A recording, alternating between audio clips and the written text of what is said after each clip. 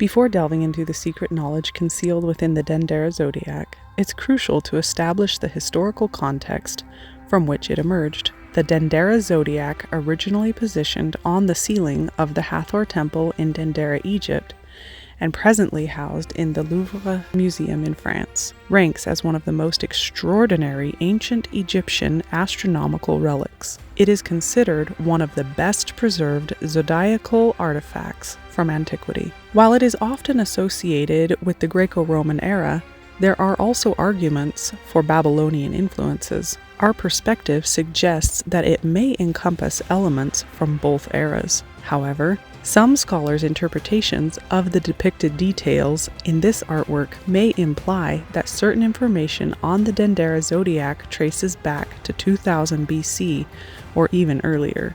To comprehend this, we need to delve into the concept of the precession of the equinoxes, also known as precessional slippage. We've explored this topic in detail in our video titled Precessional Slippage. In essence, the Earth exhibits a wobbling motion, causing the orientation of the stars and planets to gradually shift over time.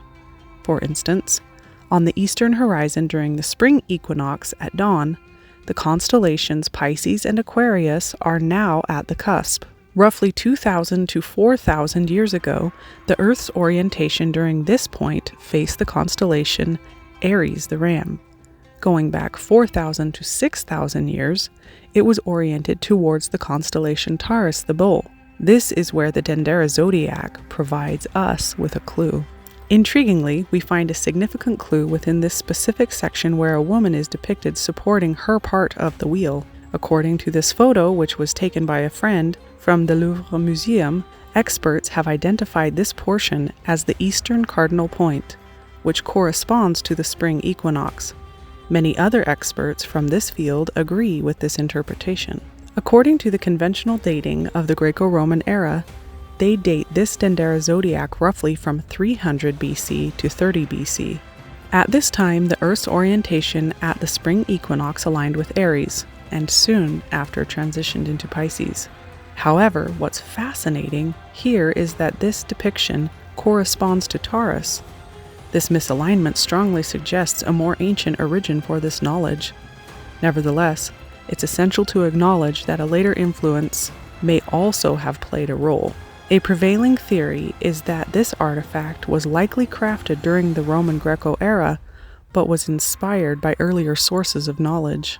However, this theory presented hinges on the experts correctly identifying the eastern cardinal point. If they are wrong in this assessment, it may not carry as much weight. Regardless of scholarly background, one would need a thorough understanding and training in how nature and the planets move, as well as the Earth's motions, to fully comprehend what the Egyptians were depicting. This wouldn't entirely dismiss elements of knowledge that influenced this artwork, both early and late, but it might lean more towards it being a product of the Roman Greco era. These four women, each holding one of the cardinal points, may instead represent the middle parts of the seasons that remain fixed and unchanging. This could explain why they are depicted individually, in contrast to the other points held by pairs of Horus-like figures positioned next to each other. There is an argument that these may represent the cardinal points. Egyptologists have long held that the sons of Horus represented the Christian versions of the four cardinal angels, governing the four cardinal directions.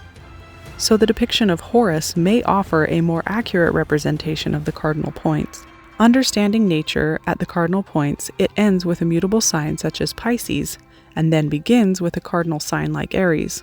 Notice their overlapping hands? This could be a symbol of the hand-off of the season from one to the next, as one ends the season and the next begins it. Thus, a transition of seasons placing Aries as the cardinal point. This interpretation aligns the artwork squarely in the Roman Greco era, agreeing with the majority of other scholars. However, we'll leave it to you to decide. We'd love to hear your thoughts in the comments regarding which era had the strongest influence on the Dendera Zodiac. Let's take another look at the 12 figures supporting the wheel.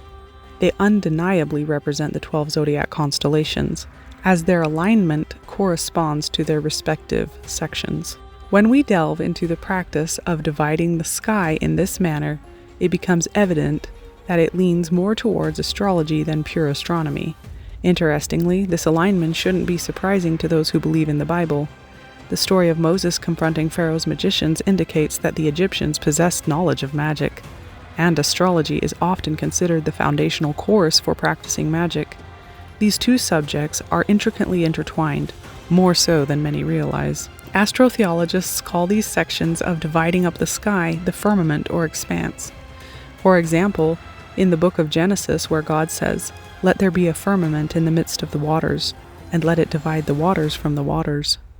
It's argued that these sections, more specifically these waters, Pisces and Aquarius, were all dividing up from each other to represent different portions of the sky, or different expanses or measurements of time, just as you can see in these illustrations of this Dendera zodiac. Before delving into the mystical aspects embedded within the Dendera zodiac, it's essential to become familiar with the positions of the zodiac constellations depicted in this remarkable artwork. We have superimposed the outline of the constellations into a copy of the piece to aid your recognition of these celestial symbols. Notably, aligning the shapes of the constellations with the figures' body shapes was surprisingly straightforward, underscoring their striking correspondence. Let's explore the Dendera zodiac. First up is Aries, the lamb, depicted with its head turned back. See how the stars align well with its body? To the left, we have Taurus, the bull. It's oriented differently, about 90 degrees from Aries on this replication. Next up are the twins, Gemini, right here. Moving along near the head of the twin on the left, you'll find Cancer, the crab. Below the crab is the majestic lion, Leo, seemingly guided by a figure from behind. It's worth noting that this intriguing imagery likely relates to tarot cards, which are believed to have Egyptian origins, with one of the cards, Strength, showing a woman with power over a lion. It's no different here. Here's the Virgin, Virgo, holding her sheaf of wheat. Continuing, we have Libra, the scales of balance, right here. And here's Scorpio, the scorpion, with its distinctive shape. Moving on to Sagittarius, the centaur archer, placed really close to Scorpio. In this depiction, unlike how it is in the night sky, it's almost as if the artist wanted to maintain the 30-degree per expanse of each zodiac section. Capricorn, the sea or fish goat, is right here. Aquarius, the water bearer, is shown pouring out the waters. Lastly, Pisces, the fish, the mutable water sign, is here, separated from the other waters, Aquarius. These are the 12 signs beautifully depicted in the Dendera zodiac. Now let's delve into some of the mystical aspects inscribed in stone here. Scholars have linked 5 deities with the 5 wandering planets: Mercury, Venus, Mars, Jupiter, and Saturn. Curiously, at first glance, they don't seem to be in their conventional positions, not aligned with the constellation they typically rule over. So what's going on? This goes beyond traditional astrology. These correspondents align more with magical concept and how influential figures in this world manipulate the masses. It's astonishing how ancient these principles are. Of course, this treads into the realm of practices often associated with witchcraft. Here, we offer a brief overview. For a deeper exploration, we recommend watching our video titled Exposing Planetary Magic: How the Elites Manipulate Us. In essence, what's depicted in the Dendera zodiac perfectly aligns with the correspondence and planetary alignments discussed in that video. So let's get into the specifics and identify the planets inscribed in the Dendera zodiac. Horus, who reveals the mystery, equals Jupiter. The inert equals Mercury, and Horus the bull equals Saturn. Horus the red equals Mars. The god of the morning equals Venus. Returning to our examination of the Dendera zodiac, observe the position of Jupiter. It's unmistakably linked to the Cancer constellation rather than its usual placement in which it traditionally rules. This alignment, as depicted here, is known as an exaltation.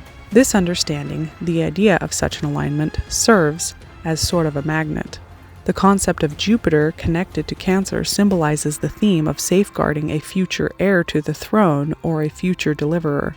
This theme is recurrent in many stories, including the narratives of figures like Moses and Jesus, both hidden away and saved at birth. Moving on to the next exaltation etched in stone, we find Mercury placed in Virgo. Here we encounter the theme that everything must seamlessly fit within the established system. It's the concept that everything should be subject to scrutiny, tested rigorously, and verified by authoritative figures. It represents the idea that those in control of the existing system can shape the narrative and history to their advantage.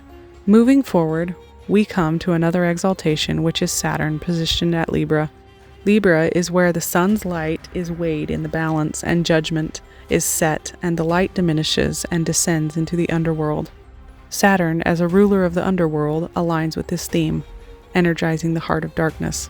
This concept signifies the ability to introduce challenges into partnerships or easily tarnish the reputation of political adversaries by manipulating affairs or using other means to turn their partners or the masses against them. It's a symbol of weakening strong individuals through undermining their support networks. Our next exaltation leads us to Mars, the god of war, placed in Capricorn. Capricorn, as the ruler of the underworld, because it holds the point of the winter solstice, the darkest day of the year, is associated with one of the symbols represented by the goat, which is the devil. By aligning Mars with Capricorn, the concept emphasizes creating the illusion that the devil supports a person, place, or thing. This illusion can be used to manipulate the masses and to turn them against the perceived target, exploiting their fears and prejudices. Lastly, among the 5 planets identified by experts, we have Venus, which touches Pisces. This particular alignment represents the concept of wanting to live happily ever after, with our fantasies becoming a reality. However, it also reminds us of the flip side, that we can be easily controlled by our fantasies and deep desires. This alignment signifies the power associated with manipulating these aspects of human nature. 2 exaltations on the stone beyond the 5 scholars have identified remain unrevealed. Given that the known 5 are precisely where they should be, it prompts us to scrutinize and search for the other 2 in their rightful positions. The first of those 2 is the moon in Taurus. In Egypt, the moon is associated with the goddess Isis. It's intriguing that another figure here, where Sirius is, has been identified as Isis, with her consort and siblings depicted as Osiris, who we call Orion today. What's fascinating in this alignment of the moon with Taurus, the bull or cow, which is considered its exaltation, yet Sirius, or in other words Isis, here is symbolized by a cow, not a canine as it commonly is envisioned today. This strengthens the idea of this exaltation. If we return to the Taurus section, there is also a woman depicted here who bears a resemblance to Isis, as she is typically portrayed in Egyptian art. We feel there is enough evidence here to be conclusive that the Egyptians held the exaltation of the moon here as well. This concept embodies the idea that we can acquire treasures or riches that others can't, provided we possess luck, intuition, or a certain skill that sets us apart. It's the kind of vortex we can become ensnared in, much like the allure of gambling. Finally, the last exaltation involves the sun in Aries, represented by a ram. Moving to this section, we not only find another ram figure, but this figure also holds a sun disk above its head. The figure is none other than the Egyptian god Khnum, who is known as the god of the Nile and the god of first creation. Khnum is easily identifiable by his ram-like appearance, typically with distinctive flat horns. Another noteworthy mention is the appearance of a figure that appears to resemble Horus, a well-known Egyptian solar deity. This last exaltation embodies the theme of self-empowerment. It can lead us to demonize those who belittle others, as well as political leaders who understand these principles and can ascend to power through flattery and eloquent speeches. It's truly remarkable that this ancient knowledge from Egypt continues to influence our politics today. The way they depict these representations of human nature so long ago is fascinating. Thank you for joining us through our journey through ancient Egypt. Please let us know if you'd like to explore Egypt further.